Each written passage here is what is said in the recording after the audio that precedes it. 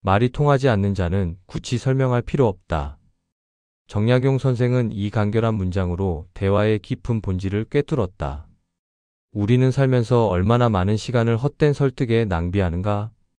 진심을 다해 말해도 듣지 않으려는 이에게 천마디 말도 한마디만 못하다. 여러분도 그런 경험이 있을 것이다. 자식에게, 배우자에게, 혹은 친구에게 진심을 다해 말했지만 마치 벽에 대고 말하는 것처럼 느껴질 때, 그 답답함과 허무함은 나이가 들수록 더 깊게 가슴을 파고든다. 심리학의 세계적 권위자 칼 로저스는 이렇게 말했다.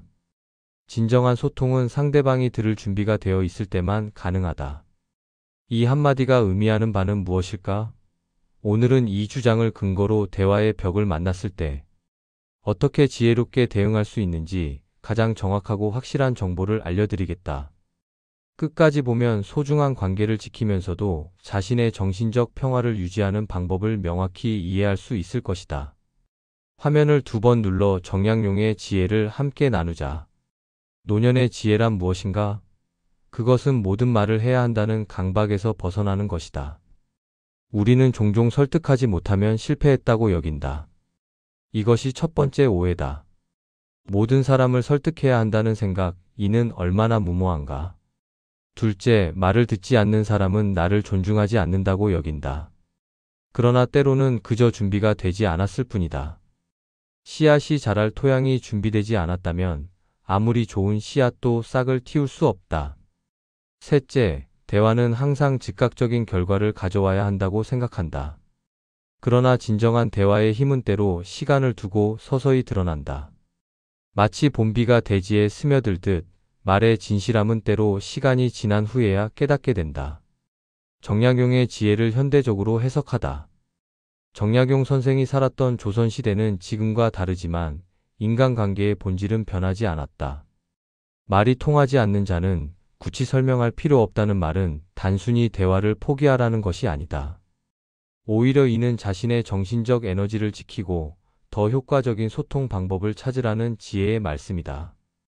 현대 심리학에서도 이를 뒷받침한다. 저항이 강한 상대에게 직접적인 설득은 오히려 역효과를 낳을 수 있다. 이를 심리적 반발이라 부른다. 누군가가 우리의 자유나 선택을 제한한다고 느끼면 우리는 본능적으로 반발심을 느낀다.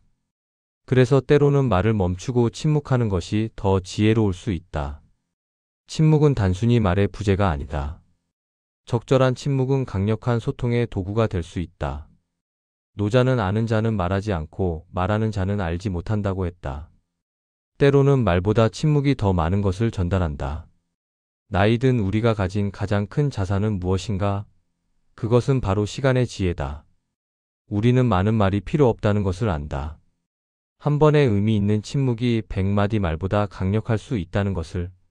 침묵은 또한 우리에게 관찰할 수 있는 기회를 준다. 말이 통하지 않을 때 잠시 물러나 상황을 관찰해보라. 왜 상대방은 듣지 않는가?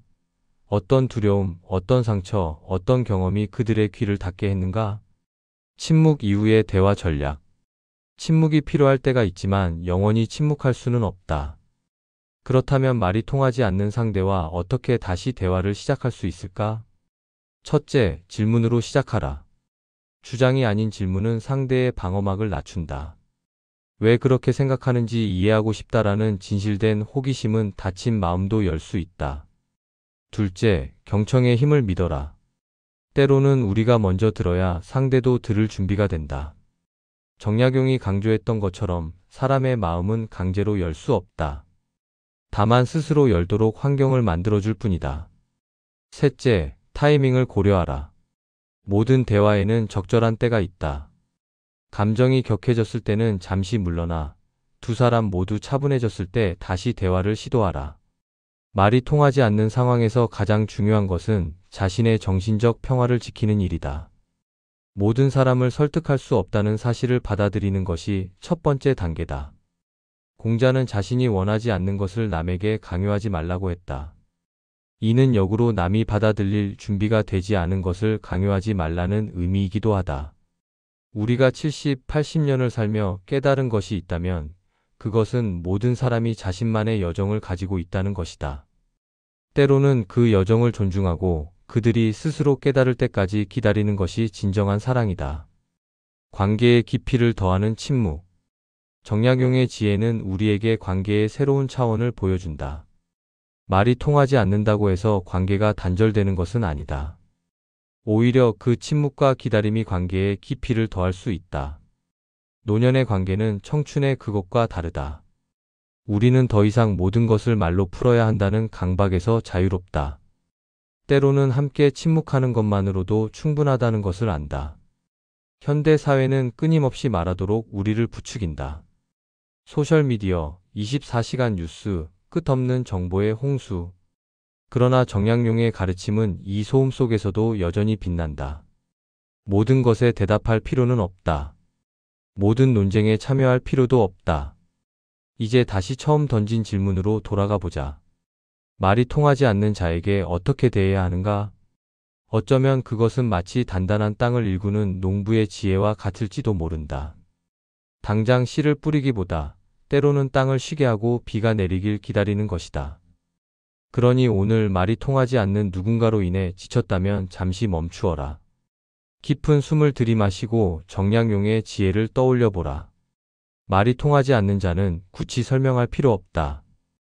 이는 포기가 아니라 지혜의 시작이다. 오늘 영상을 본 후 잠시 눈을 감고 자신에게 이렇게 말해보라. 모든 사람을 설득할 필요는 없다. 때로는 침묵이 더 큰 지혜일 수 있다. 우리는 그런 여러분의 지혜로운 선택을 응원한다. 화면을 2번 눌러 정약용의 지혜를 마음에 새기길 바란다. 이 채널과 함께라면 노년의 길이 더욱 지혜롭고 평온할 것이다.